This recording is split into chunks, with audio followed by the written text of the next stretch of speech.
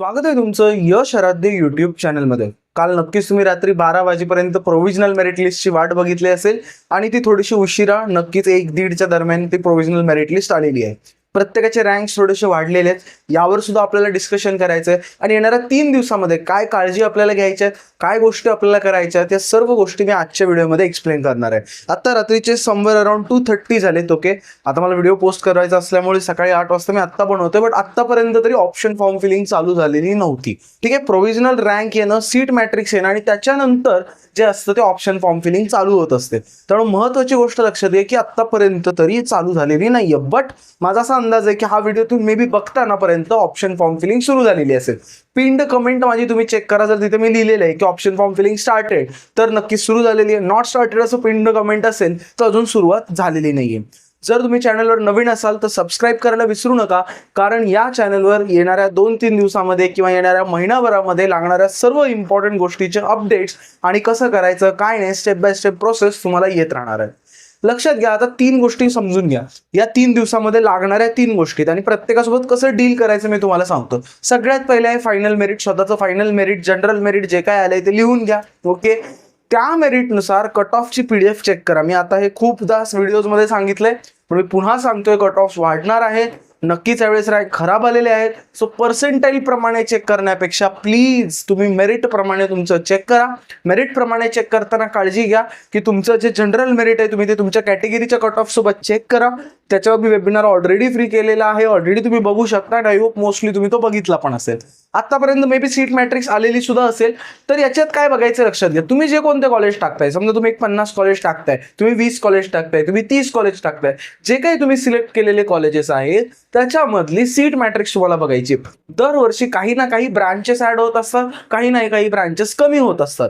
तो आपण जे कॉलेजेस सिलेक्ट केलेले आहेत त्याच्यामध्ये आपण सगळ्या ब्रांचेस पुट करतोय की नाही, त्याच्यासाठी एक लिस्टमध्ये तुम्ही जे समजा लिस्ट बनवलेली आहे, सर ही असं माझी अशी लिस्ट आहे, तर त्याच्यामध्ये आपल्या सगळ्या ब्रांचेस इन्क्लुडेड आहेत का नाही हे आपल्याला चेक करून घ्यायचे. सीट मॅट्रिक्स किती सीट आहेत, काय सीट आहेत याला आत्ता लक्ष देऊ नका. आपल्याला चांगल्या कॉलेजेस टाकायचीच आहेत याची काळजी घ्यायची. ठीक आहे, आणि थर्ड म्हणजे ऑप्शन फॉर्म. आता जेव्हा आपण ऑप्शन फॉर्म बद्दल बोलतोय तेव्हा लक्षात घ्या, ऑप्शन फॉर्म म्हणजे जेवढ्या या सर्व गोष्टींसाठी आपलं हे सगळं चालू होतं तोच हा मेन करेक्ट आहे.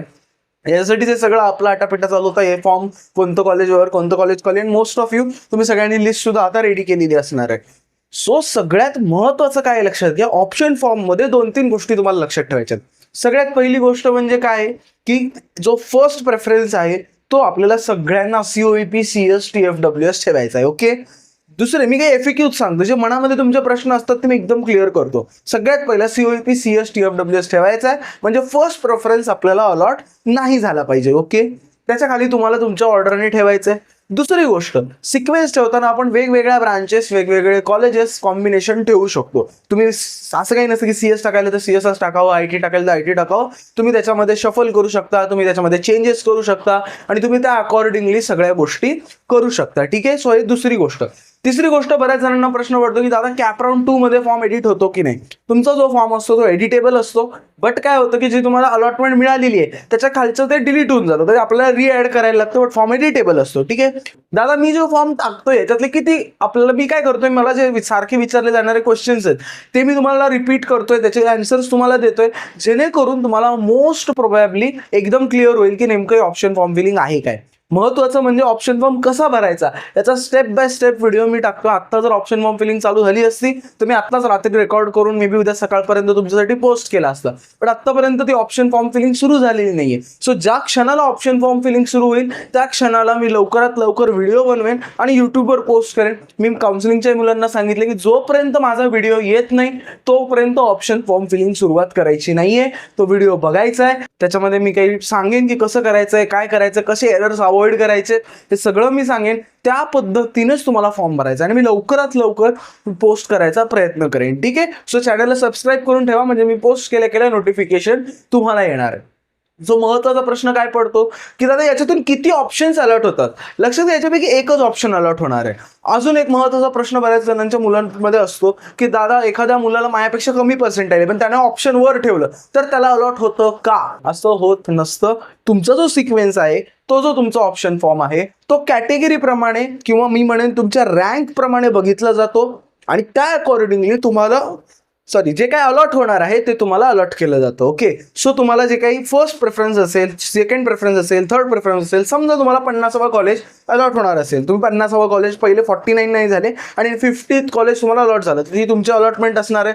51च्या खाली तुम्ही काय टाकले हे ते बघणार नाहीये. सो मी जसं सांगितलं की लक्षात घ्या, तुम्ही जेव्हा ऑप्शन फॉर्म बनवताय काय काळजी घ्यायची आहे की आपल्याला जे कॉलेज मिळत नाही ते वर ठेवायचे सुरुवातीला, जे मिळू शकतात पहिले जे मिळतच नाही ते इम्पॉसिबल पहिले थोडेसे ठेवा.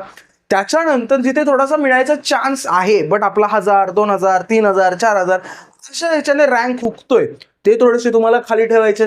आणि त्याच्या खाली मात्र तुम्हाला लागणारे जे तुम्हाला मिळू शकतात गेल्या वर्षाच्या कट ऑफ प्रमाणे ते कॉलेजेस तुम्हाला खाली ठेवायचे आणि या अकॉर्डिंगली तुम्हाला गोष्टी वर्कआउट करायच्या.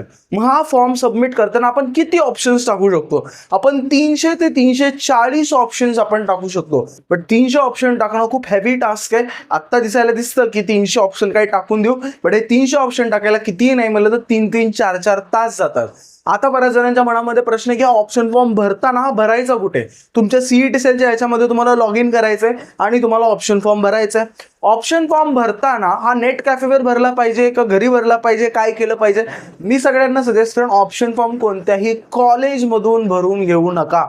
कॉलेजेस काय करतात, मॅनिप्युलेट करतात. कॉलेजेस आपापली कॉलेजेस तुम्हाला सांगतील तिथले तिथे न कळत तुमचं ते तिथे टाकून देतील आणि तुमच्या लक्षात पण येणार नाही आणि सबमिट करून टाकतील कारण गर्दी असते. सो कोणत्याही कॉलेजमध्ये जाऊन हा फॉर्म भरायचा नाहीये. तुम्ही सायबर कॅफेजवर जा, 3 तासासाठी तुम्ही ते लॅपटॉप जे काही PC असेल तो घ्या, त्याचे जे काही इंटरनेट चार्जेस आहेत, सर्व्हिस चार्ज तो पे करा आणि तुम्ही स्वतः फॉर्म भरा. किंवा तुम्ही तुम्हाला जमतच नसेल तुम्ही त्यांच्याकडून फॉर्म भरून घ्या. पण ज्यांच्याकडे PCs अवेलेबल आहे, ज्यांच्याकडे लॅपटॉप्स अवेलेबल आहेत, त्यांनी फॉर शुअर घरून फॉर्म भरण्याचा प्रयत्न करा. बाहेर जाऊन फसवाफसवी खूप असते. इवन काही सायबर कॅफेजचे काही कॉलेजेस सोबत टायअप असतात की जर त्यांनी हे कॉलेज त्यांच्यामध्ये टाकले तर त्यांना काही पैसे मिळत असतात. ठीक आहे, तर सगळ्यांनी या सर्व गोष्टींची काळजी घ्यायची आहे. कोणी सुद्धा ओके गडबड करायची नाहीये.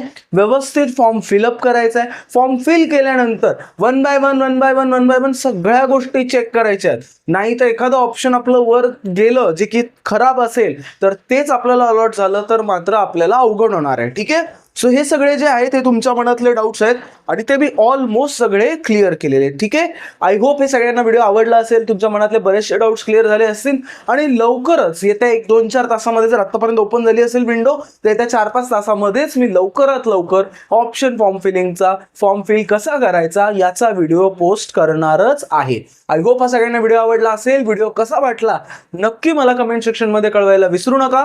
डाऊट्स क्लिअर झाले की नाही हेही मला कमेंट सेक्शनमध्ये कळवायला विसरू नका. भेटूया आपण नेक्स्ट व्हिडिओमध्ये.